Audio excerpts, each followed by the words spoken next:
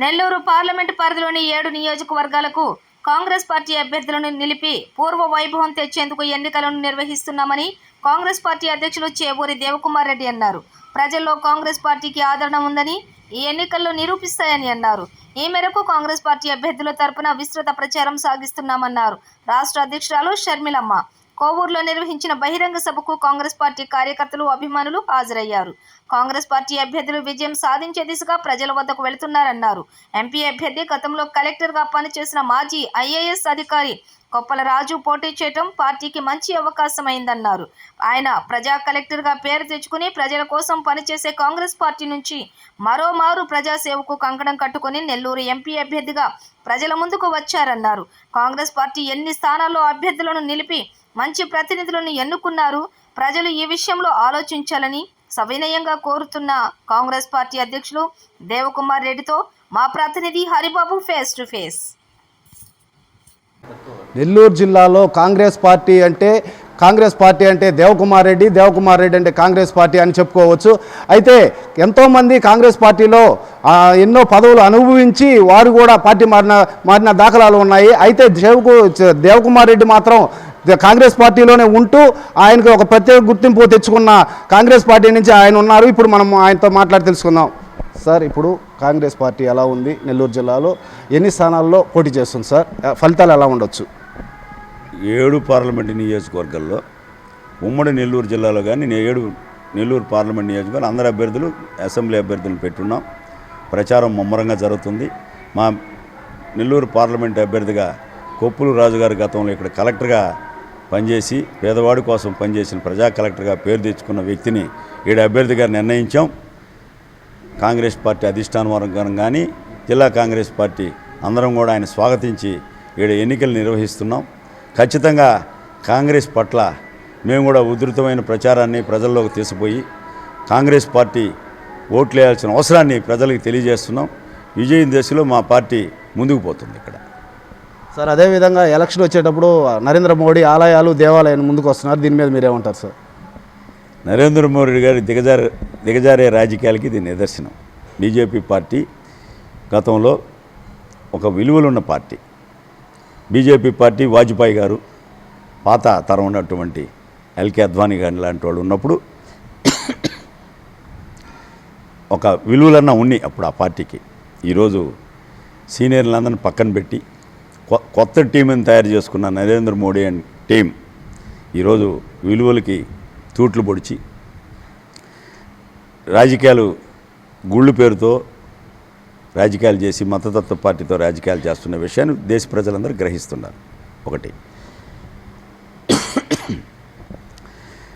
ఇటువంటి రాజకీయాలకి బీజేపీ ప్రభుత్వం నరేంద్ర మోడీకే చెల్లిందని మేము అనుకుంటున్నాం. నరేంద్ర మోడీ గారు మతతత్వ విద్వేషాలను రెచ్చగొడుతున్నాడు, హిందుత్వాన్ని రెచ్చగొడుతున్నాడు. ఇది ఎంత దుర్మార్గమైన చర్య అంటే కేవలం వాళ్ళు ఓట్లు రాబట్టేదానికి చేసే ప్రయత్నంలో ఈ దేశంలో ఇది తర్వాత వాళ్ళ చేతుల్లో కూడా ఉండదు, చేయి దాటిపోతుంది. మణిపూర్లో జరిగిన సంఘటనని ఈరోజు వాళ్ళ ప్రభుత్వం ఉంది, అక్కడ కంట్రోల్ చేయలేని పరిస్థితిని వాళ్ళు వచ్చారనంటే క్రిస్టియన్స్ మీద దాడులు, మహిళల మీద అరాచకాలు జరుగుతుంటే ఖండించలేని పరిస్థితుల్లో ఎన్డీఏ కూటమిలో మద్దతుదారులకి మాట్లాడలేని పరిస్థితుల్లో వాళ్ళు ఉండారంటే ఎంత దిగజారిన రాజకీయాలు దేశంలో జరుగుతున్నాయో మీరు గ్రహించండి. ఈరోజు అయోధ్యలో రామాలయం కట్టారు. రామాలయం కట్టడం ఎవరు దానికి వ్యతిరేకం కాదు. రాముడంటే అందరికి భక్తే. వీళ్ళే రామాలయం కట్టినట్టు, అంతకుముందు రామాలయం లేనట్టు, కొత్తగా బాలరాముడిని తెచ్చిపెట్టినట్టు, ఆయనే పూజారిగా తయారయ్యి ఆయనే పూజలు చేయడం, దాన్నంతా బ్రాహ్మిన్స్ అంతా వ్యతిరేకిస్తున్నారు. ఆ సంగతి మోడీ గారికి తెలిసినట్లే. అసలు దంపతులు కూర్చొని పూజ చేయాలి. దాన్ని విగ్రహ ప్రతిష్ఠ చేసినప్పుడు తన భార్యతో కూర్చొని పూజ చేసేది హిందూ సాంప్రదాయం. ఆ సాంప్రదాయం కూడా తెలియనటువంటి నరేంద్ర మోడీ గారు దేశానికి ఏం సందేశం ఇస్తాడు? ఒక ప్రధానమంత్రిగా ఆర్ఎస్ఎస్ భావాలకి మీరు ఇంప్లిమెంట్ చేస్తూ కాంగ్రెస్ను రూపుమాపాలి, జాతీయ జెండాని ఎప్పుడు కూడా వ్యతిరేకించిన వాళ్ళు మీరు జాతీయ జెండాని గురించి మాట్లాడతారు. గాంధీని చంపిన గాడ్సేకి దేవుడని చెప్పిన మీకు గాంధీని గురించి మాట్లాడే అర్హత ఏడుందని చెప్పి మేము ప్రశ్నిస్తున్నాం. సమాధానం చెప్పండి. ఈ భారతదేశాన్ని పరిపాలించే అర్హత మీకుందా? కాంగ్రెస్ పార్టీకి ఉందా? అందరిని సమానంగా చూసేపటి కాంగ్రెస్. ఏ కులానికి మతాన్ని వేరు చేసి చూడదు కాంగ్రెస్ పార్టీ. కాంగ్రెస్ పార్టీ అంటే మీకు అంత చులకనా? కాంగ్రెస్ పార్టీ అవినీతి చేసి సంపాదించలేదు. మీరు 10 సంవత్సరాల్లో మీ ఎన్నికల నిధులు ఎంత ఉన్నాయో, మీ నిల్వలు ఎంత ఉన్నాయో నెట్లో కొడితే కనపడుతుంది. కాంగ్రెస్ పార్టీ ఉన్న నిధులు కూడా ఇన్ని సంవత్సరాలు పరిపాలిస్తే కాంగ్రెస్ పార్టీకి ఉన్న నిధుల్ని మీరు సీజ్ చేసిన ఘనత మీకే దక్కింది. ఎన్నికలు చీనీయకుండా నియంత్రిస్తారా? దుర్మార్గానికి తెరలేపుతారా?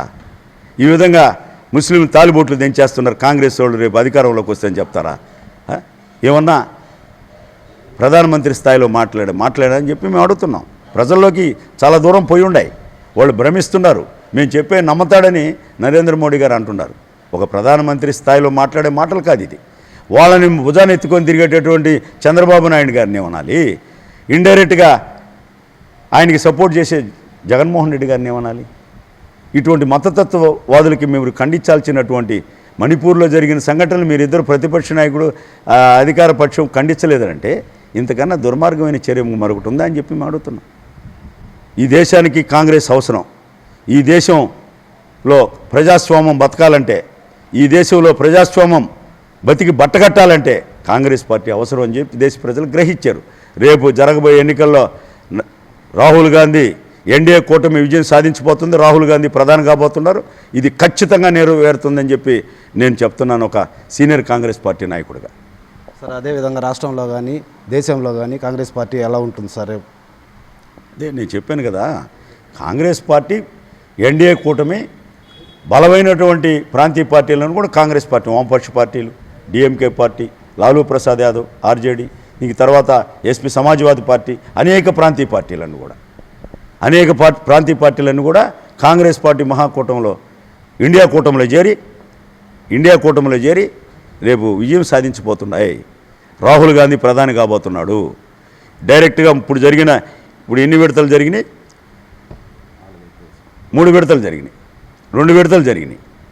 2 విడతల్లో కూడా 3వ విడత కాంగ్రెస్ పార్టీ ఎడ్జి కనబడుతుంది. దాంతో ఆయన ఫ్రస్ట్రేషన్ అయిపోయి మోడీ గారు కాంగ్రెస్ పార్టీ విజయదశమిలో పయనిస్తుంది, దీన్ని ఎట్ట చేయాలని చెప్పి వాళ్ళు కానీ అధికారంలోకి వస్తే తాలిబొట్లు హిందువులు దించి ముస్లిమ్స్కి ఇస్తారని చెప్పేటటువంటి సంస్కృతికి తెరలేపాడంటే అక్కడే తెలుస్తుంది ఆయన ఒక అప్రదత భావం, ఆయన ఇన్సెక్యూరిటీ ఫీల్ అవుతున్నాడు. ఆయన ఒక ప్రధానమంత్రి ఓటమినైనా గెలుపునైనా స్వాగతించగలిగినోడు ప్రధానమంత్రి, ఆ స్థాయికి ఉండాలి. కాంగ్రెస్ పార్టీ 10 సంవత్సరాల అధికారం లేకపోతే ఎన్ని చూపలేదే? ప్రజల కోసం పోరాటం చేస్తుంది, దేశం కోసం, మత విద్వేషాలకు వ్యతిరేకంగా, రాజకీయాలకు అతీతంగా ఆయన పాదయాత్ర చేసింది ఎందుకు? రాహుల్ గాంధీ ఎన్నికల కోసం చేయలేదు, ఎన్నికల గురించి ప్రస్తావించలేదు. ఎంతోముందు ఎన్నికలు ఆయన పాదయాత్ర చేశాడు, 4000 చిల్లర కిలోమీటర్ల తర్వాత ఆయనే పాదయాత్ర చేశాడు. మీరు ఎక్కడన్నా ఒక కనీసం నరేంద్ర మోడీ 2 రాష్ట్రాలన్నా తిరిగాడా? చెప్పండి. ఇందిరాగాంధీ అన్న ఆమె దేశం అంతా చుట్టుముట్టింది. మీరు ఏం చేశారని ఓట్లాడతారయా? జనాన్ని భ్రమింప చేశారు. కాంగ్రెస్ మీద అవినీతి ముద్రేసి ప్రజల్ని మభ్యపెట్టి ఈ పెట్టుబడిదారుని చేతిలో పెట్టుకొని, 1000 కోట్లు చేతిలో పెట్టుకొని, ఆదానీని అంబానీని చేతిలో పెట్టుకొని రాజకీయాలు చేసి గెలిచారు. ఈరోజు జనం భారతదేశ ప్రజలు గ్రహించారు. ఎవరైతే ఈరోజు మీరు వచ్చిన తర్వాత జీఎస్టీ తెచ్చి అందరిని అడ్డు ఇచ్చారా? అందరినీ పేదవాడు అకౌంట్లో 15 లక్షలు స్విస్ బ్యాంక్ అంతా తెచ్చి అవినీతి పరుల అకౌంట్లో డబ్బులు తెచ్చి మీ అకౌంట్లో వేసి చేసావా? కొన్ని లక్షల మందికి 30 లక్షల మందికి ఉద్యోగాలు ఇస్తాను సంవత్సరానికన్నా ఇచ్చావా? నిరుద్యోగ భృతి ఇస్తాను ఇచ్చావా? నువ్వేమి ఇచ్చావని చెప్పి ఓట్లాడుతున్నావు నరేంద్ర మోడీ. అవి చెప్పడు. నువ్వేం చేసావు? పోర్టులని ఆదానికి కట్టబెడతావా? అంబానీలకు కట్టబెడతావా? మనం ప్రభుత్వ రంగ సంస్థలను నిర్వీర్యం చేసి ప్రైవేటు రంగ సంస్థలకు ఉపజెప్తామని ఒక సంకల్పంతో వచ్చేవో తప్ప మరొకటి కాదు. సింపుల్గా ఉండేటువంటి గాంధీవాదం కాంగ్రెస్ పార్టీని నిందలేసేది, కాంగ్రెస్ పార్టీని దిగజార్చేది, కాంగ్రెస్ పార్టీని జైల్లో పెట్టేది, కేసులు పెట్టేది, హింసించేది, వ్యవస్థలను చేతుల్లో పట్టుకునేది. ఈ రకమైనటువంటి పరిపాలన ప్రపంచ చరిత్రలో ఎవరు చేయనటువంటి రికార్డ్ స్థాయిలో నిలబడే ప్రధానమంత్రి ఎవడున్నా అంటే నరేంద్ర మోడీ. ఇది దీనికి మూల్యం చెల్లించి తప్పదు. ఆయనకి రేపు ఓటమి తప్పదు. భారతీయ జనతా పార్టీ రేపు జూన్ 4వ తేదీ రిజల్ట్ చూసిన తర్వాత దేశ ప్రజలకి అర్థమవుతుంది. వాళ్ళు ఇవ్వబోయే తీర్పు కాంగ్రెస్కి అనుకూలంగా ఉంటుందని చెప్పి మేము విశ్వసిస్తున్నాం, ప్రజలందరూ కూడా విశ్వసిస్తున్నారు భారతదేశంలో. ఇది ప్రస్తుత పరిస్థితి. కాంగ్రెస్ పార్టీ ఎంతో బలంగా ఉందని చెప్పి రాబోయే ఎన్నికల్లో రాష్ట్రంలో కానీ దేశంలో కానీ అత్యధిక మెజార్టీతో విజయం సాధిస్తామని దేవకుమార్ రెడ్డి గారు అంటున్నారు. అదేవిధంగా ప్రధానమంత్రి రాహుల్ గాంధీ తప్పకుండా అయ్యే అవకాశం ఉందని చెప్పి ఆయన అంటున్నారు. అదేవిధంగా నరేంద్ర మోడీకి తగిన గుణపాఠం చెప్తామని చెప్పి దేవకుమార్ రెడ్డి అంటున్నారు. కెమెరామ్యాన్ అశోక్తో హరిబాబు, SS న్యూస్, నెల్లూరు జిల్లా.